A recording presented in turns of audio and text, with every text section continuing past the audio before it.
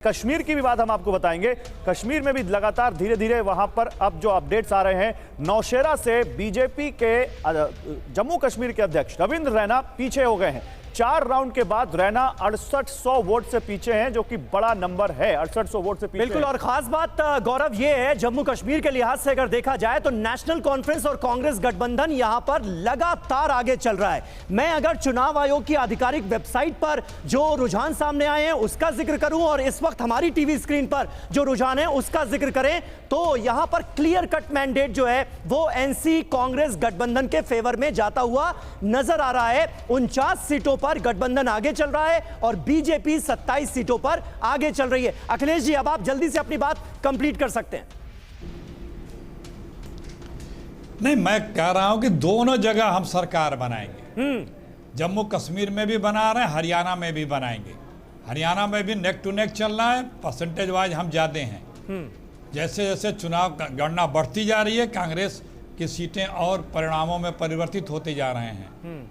जो हमारे जीत के लीडिंग बढ़ते जा रहे हैं। तो अभी ये चहकने लगना, खुशियां मनाना कि हाँ, जितना हमें मार्जिन का उम्मीद दिख रहा था कि जितनी हम लैंडस्लाइड विक्ट्री लेंगे हरियाणा में, निश्चित रूप से नेक टू नेक ही होगा। डिसीजन हमारे पास में आएगा। सबसे बड़ी वजह अखिलेश जी कम होगा।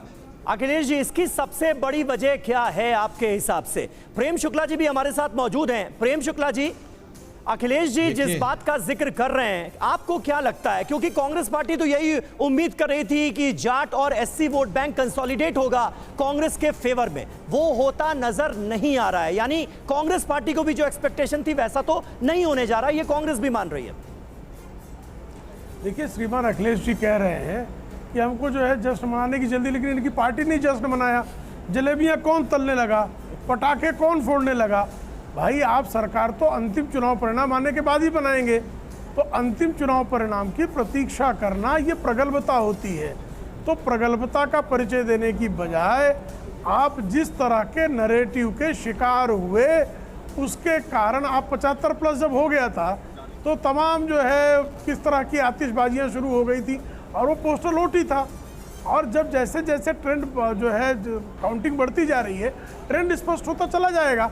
और भाई, आपको जो है जो इलेक्शन का निर्वाचन आयोग जो सर्टिफिकेट है वो तो अंतिम वोट की गणना के बाद ही देगा ना। तो मुझे लगता है कि थोड़ी प्रगल्भता पूर्वक प्रतीक्षा कर लेनी चाहिए।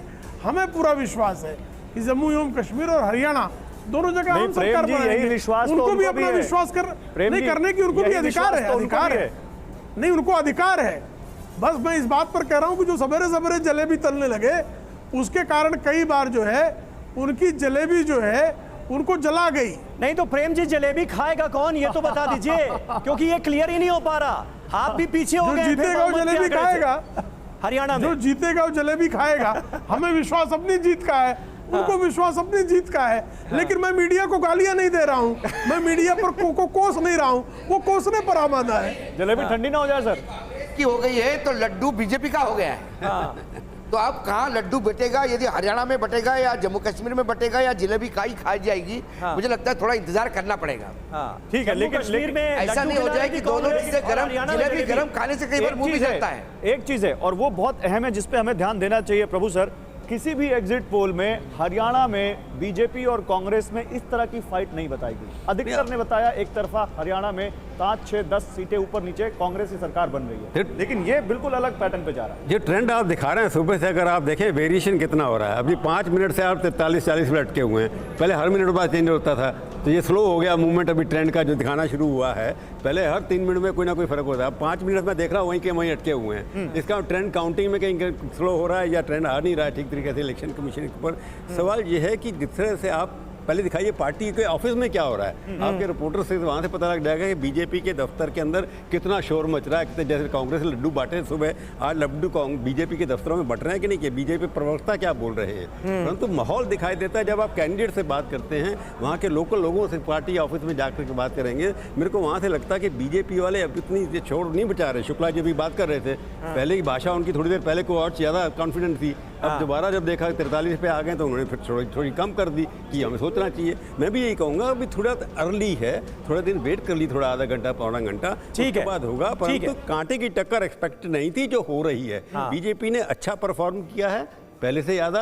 कैंडिडेट बदले हैं या नहीं बदले हैं, परंतु बीजेपी की साख अभी तक बनी हुई है, ऐसा लगता है इसके। बिल्कुल बीजेपी की साख अभी भी बनी हुई है। लग रहा है फिलहाल जो कांटे की टक्कर नजर आ रही है 43-40 का ये जो आंकड़ा हमारे सामने है, ये तो यही कहानी कह रहा है। लेकिन जम्मू कश्मीर में शुरू से लेकर अब तक जो आंकड़े हैं वो बहुत क्लियर कट हैं। क्लियर मैंडेट एनसी कांग्रेस के गठबंधन के पक्ष में नजर आ रहा है। आप किस तरह से बशीर साहब इसे देखते हैं? बीजेपी 27 सीटों पर आगे और गठबंधन 49 सीटों पर आगे, पीडीपी 4 पर सिमटती नजर आ रही है रुझानों में।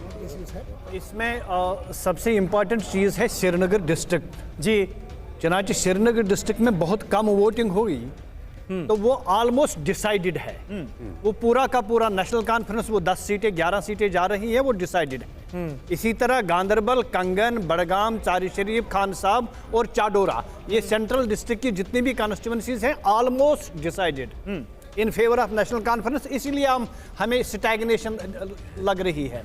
नंबर 1। नंबर 2, जहां तक बीजेपी का ताल्लुक है, ये आहिस्ता आहिस्ता 20 पे लुढ़क कर जाएगी, जहां तक मेरा असेसमेंट है जम्मू रीजन में। क्योंकि इस वक्त की जो सूरत हाल है, वहां आपको दिख रहा है जो 10 निर्दलीय दिखा रहे हैं आप जी, इसमें 5 जम्मू रीजन से जा रहे हैं। ओके। और कांग्रेस जहां पे उनकी कंडीशन मजबूत है, स्थिति मजबूत है, वहां पे वो राउंड में अभी पीछे दिख रहे हैं। इसलिए मुझे लग रहा है, पूरा यकीन है कि ये आंकड़ा बदल जाएगा। बशीर असद साहब, ये जो अदर्स हैं, इनके बारे में क्या कहना है आपका? इनका नंबर कहां तक आप देख रहे हैं? अदर्स 7-8 के बीच में सिमट कर, 7 और 8 के बीच में। 7 और 8, ठीक है।